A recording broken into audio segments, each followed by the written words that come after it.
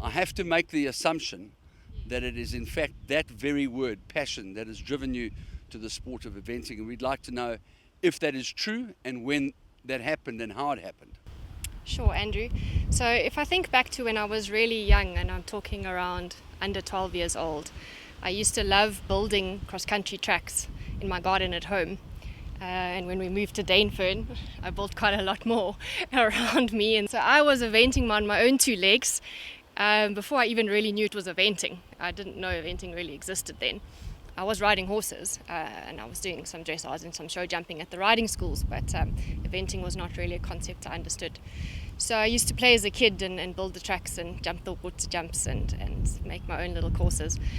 And it was when I moved to an country base in 2001 with my horse for a gap year and spent some time there getting to know Tim and the grounds, and that I really got introduced to eventing. And I went on quite a few outrides that they organise on the weekends and jumped off my horse over every jump we could find, and we realised he quite likes eventing. So I entered some shows there, and that's when the bug really bit. I got to compete in the shows on a horse that loved to do cross country. And I had him for quite a few years and then retired him in 2009, and that's when I got Jester about a year later. And I was quite lucky to find him and come across him. And he also loves cross country, and that's what I picked up when I rode him, and I decided he's my next eventer. So passion from a young age, and I met horses that are passionate about cross country, and I think that's what drove me. And when people say, you know, you're so brave and to do these things and to try those things and to go out to the cross country, I always say that if you're on a brave horse, you don't have to be as brave. If you're on a horse that's worried and scared, it's really not fun. It's really not enjoyable, and it is scary. But if you have a horse that makes you feel comfortable and ready and love every minute of it, then I don't really feel like I'm being brave. I'm just feeling like I'm having fun and having a good time. You know, there's obviously so many different types of breeds of horses. I find that his pedigree mix is quite extraordinary and most intriguing. Yes, Jester's quite a fascinating mix.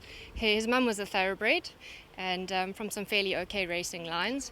His dad was a warm blood Bovinier to a Pusheron mare called Jessie. So his dad was the mix between the two.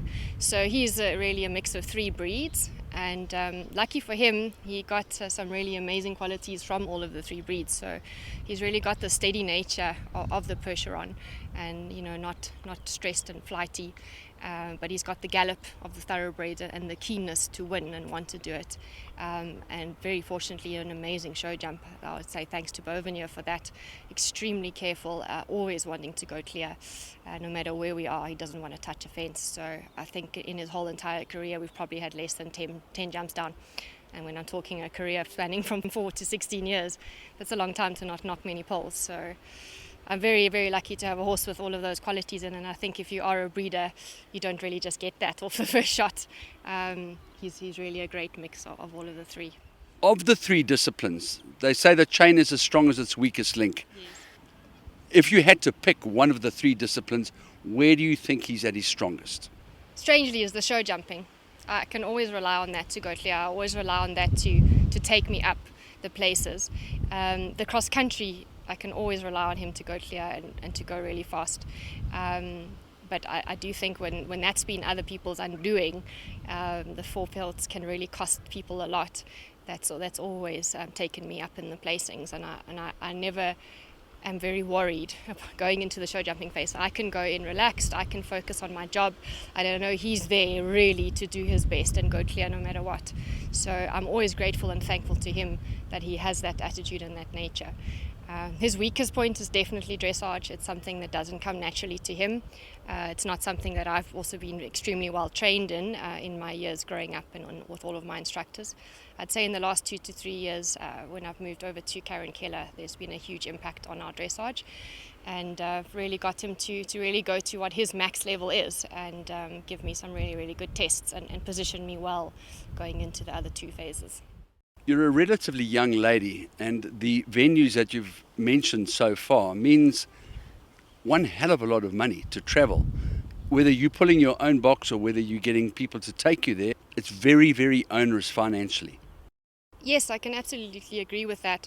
But in the same breath, I have no problem spending all my money there. I'm one of those people that I work for the money so that I can have horses and compete. So all my money goes to the competing, goes to the instructing, goes to preparing myself, the tack. It's all focused on there. I've even started some gym classes recently to try and improve my fitness for SA Champs, and I'm only spending money on that because of SA Champs. So it certainly is a lot of money, and I'm really grateful that I do have a job and I do have a career that does allow me that extra money to do that.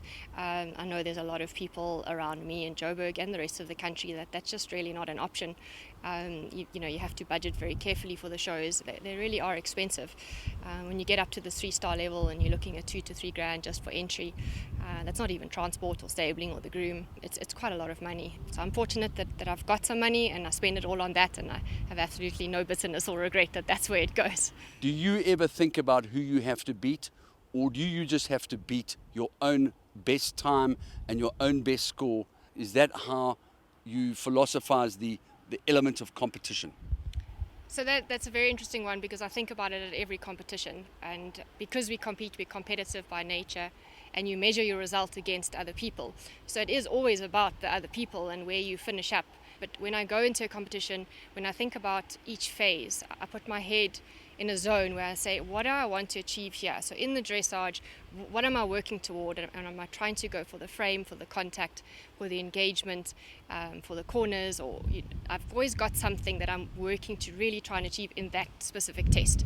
And I really focus my mind and energy on that, and don't let myself get distracted about anybody else that's in the warm-up, that's in the class, who the judge is, and really focus my mind on there. And the same goes for the cross-country and the show jumping. What am I really trying to do there?